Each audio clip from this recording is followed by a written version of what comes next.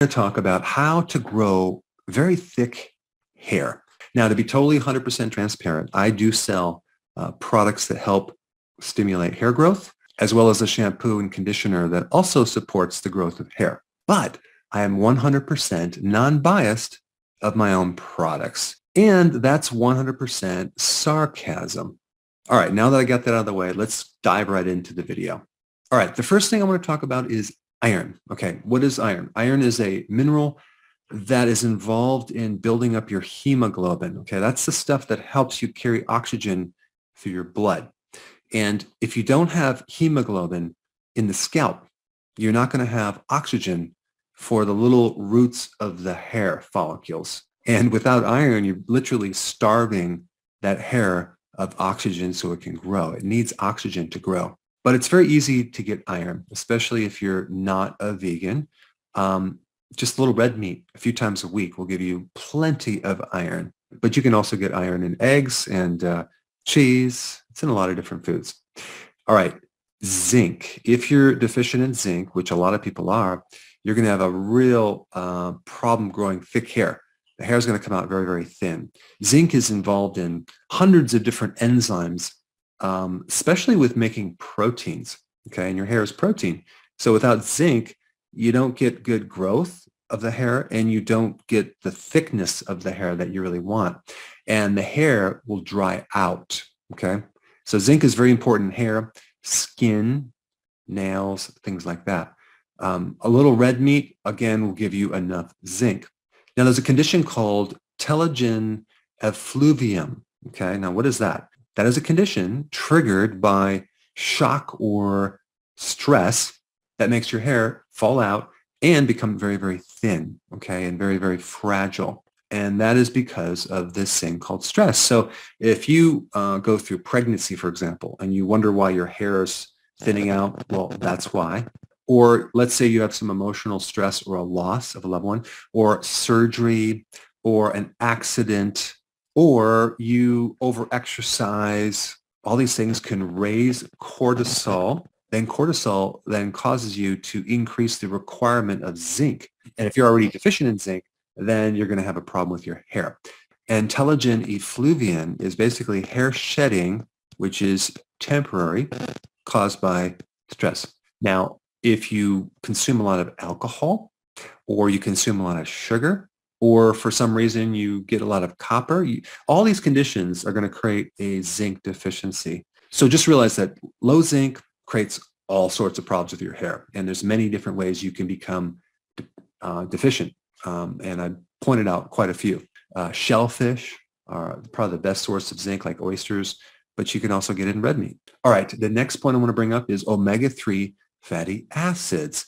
So if you don't like fish, or for some reason you don't like cod liver oil, I don't know why anyone would have the aversion to, I don't know, eating cod liver oil because it's so delicious, you could end up having a deficiency of omega-3 fatty acids. Now, if you have, the typical diet that most Americans have, you're going to be very, very high in omega-6 fatty acids. And that can create the deficiency of omega-3 fatty acids. And that could be the reason why your hair is becoming very, very thinned. But make sure you get enough salmon or cod liver oil for your omega-3 fatty acids. Plus, omega-3 fatty acids are very anti-inflammatory. So if you have alopecia, for example, you have too much inflammation. Next, very important ingredient to making thick hair is vitamin D. Vitamin D is just so important in hair growth. It directly stimulates the growth of hair. And a lot of people are deficient. A lot of people take vitamin D, but they're either not absorbing it because they don't have the other cofactors. Let's say, for example, they're deficient in bile and they can't break it down for some reason, or they have some type of gut issue, which they just, the gut's not able to absorb it. But vitamin D is very, very important. Try to get your vitamin D from the sun. Of course, in the winter, you can't do that. Vitamin D is really important in the immune aspects of hair, both inflammation and autoimmunity when we get to hair, because certain people have an autoimmune condition that causes the hair to fall out of their scalp. Those particular people need a lot more vitamin D than other people. So I'm talking about 40,000 or maybe even 50,000 IUs per day. All right. Selenium. Okay. Selenium, very important in thyroid health, in converting T4 to T3. And as you may already know, if you have a slow thyroid, that alone can stop your ability to grow hair. But selenium is an important antioxidant for the hair to reduce inflammation, to definitely counter alopecia, and also dandruff. Have you heard of Selsun Blue? That's a selenium sulfate compound, if I'm not mistaken. And that actually inhibits the fungus that causes dandruff. So selenium is very important in different aspects of hair and scalp. But just taking one Brazil nut can give you enough selenium. Okay. All right. So then we have biotin. So biotin is essential to enhance the keratin, the type of protein that hair is made out of, and the strength of it. Biotin is essential for that. And your own microbiome makes biotin. And so this is why when someone gets an antibiotic, they could end up with thinning of the hair. And they're wondering why, because you just wiped out your good bacteria that's supposed to make that specific type of B vitamin. But a lot of people experience great results with biotin for thickening of the hair. So that's another element that I wanted to bring up. All right, the next one is low folate. I would never recommend taking folic acid, which is the synthetic version of folate. Always take folate or the active form of folate. There's different forms, but you want to get a natural form. But folate is a cofactor for many different proteins in the body, including hair, skin, and your nails. So without folate, you're going to have a hard time fully developing the protein necessary in certain parts of your body. But it's very easy to get folate. Just start consuming salads on a regular basis, and you'll definitely have enough folate. It's in the dark leafy greens. All right, vitamin C, essential for collagen, and your hair is part collagen. So vitamin C is very, very necessary. Of course, I would never recommend the synthetic version of vitamin C. Get a natural version or just get it from the food. You can get plenty of vitamin C from sauerkraut, from cabbage, from berries, from bell peppers, and pretty much almost every single vegetable. Having enough vitamin C makes the collagen very, very strong. And the other thing I want to bring up about the hair, especially if you have thinned hair and you want to thicken it, is if you start the ketogenic diet and you don't consume enough protein, let's say you're not consuming like real food protein, you're doing protein powders, which I don't recommend. I recommend increasing the amount of eggs you eat, high quality grass-fed meats, and that can actually help you develop thickened hair right off the bat. So just don't forget about protein and consuming enough protein. The other symptom you're going to notice if you don't have enough protein is you're going to feel tired and lethargic. All right, I want to give you some other tips. One is sea kelp.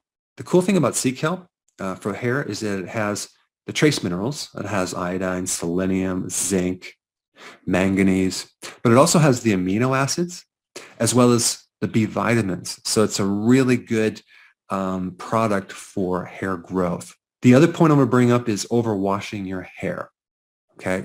Some people wash their hair way too frequently, and that just dries it out. It takes the oils out. If you use a shampoo that has sulfates, it's just going to dissolve the protein in the hair, take out the oil, and leave your hair very, very damaged.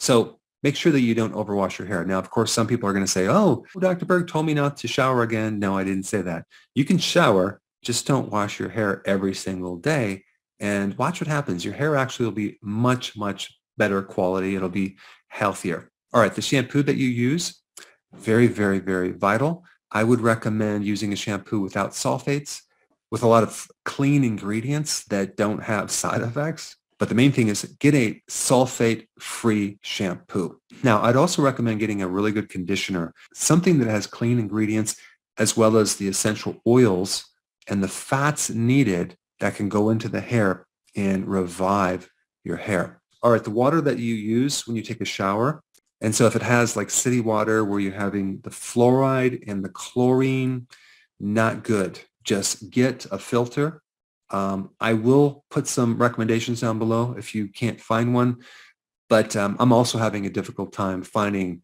the shower head. It's easy to find the whole house filters, but the shower head specifically for fluoride is a tough one, but I'll put a link down below of the one that I found.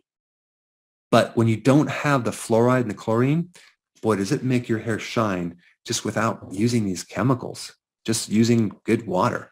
It's quite amazing. All right, the coloring. If you dye your hair, just find someone that can help you use a non-toxic dye. There are a lot of chemicals to make your hair a certain color.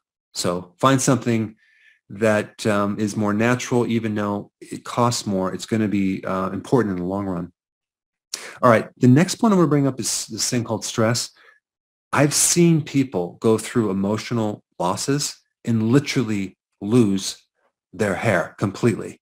So stress can play a huge factor in the quality of the protein being produced on the top of your skull. That is because of high levels of cortisol. Cortisol is very catabolic, which means it breaks down proteins.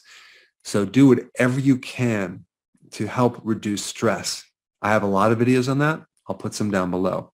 Last point I want to bring up is if you're a smoker. Smoking not only depletes you of nutrients, but boy, does it dry your hair out.